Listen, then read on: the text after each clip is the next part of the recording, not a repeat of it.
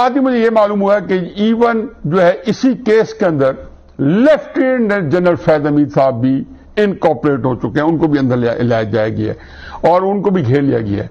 میرا خیال ہے کہ اگر ہو سکتا ہے کہ یہ باتیں ثابت ہو گئی تو پھر لیفٹیننٹ جنرل فیض حمید صاحب کا بھی کورٹ مارشل ہونا جو ہے بالکل ممکن ہے، اور شاید ہو بھی جائے،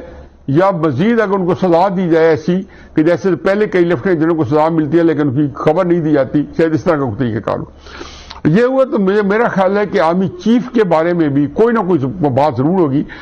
جو آرمی چیف نے کام دکھایا کہ جنرل عاصم منیر کی اپوائنٹمنٹ رکوانے کے لیے 26 نومبر کا جو جلسہ جلوس تھا، عمران خان صاحب جو تقریریں کروائی گئی یہ فیض حمید کے ذریعے،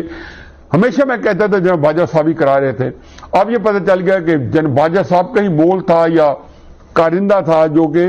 کارندے کے طور پہ عمران خان صاحب سے رابطے میں تھا، اور عمران خان صاحب کو طفل تسلیم ہی دے رہے تھے کہ کسی طریقے سے باجوہ صاحب کے اوپر سے وہ ٹل جائیں۔ یوٹیوب پر گوگلی ٹی وی دیکھنے کے لیے youtube.com کی سرچ بار میں گوگلی ٹی وی ٹائپ کریں۔ گوگلی ٹی وی کے پیج پر سرخ رنگ کے سبسکرپشن والے بٹن پر کلک کرنا نہ بھولیے۔ یوٹیوب پر اپلوڈ ہونے والی ویڈیو سے باخبر رہنے کے لیے بیل آئیکن پر کلک کیجیے۔ آپ کو ہر نئی آنے والی ویڈیو کے بارے میں نوٹیفیکیشن موصول ہو جائے گا۔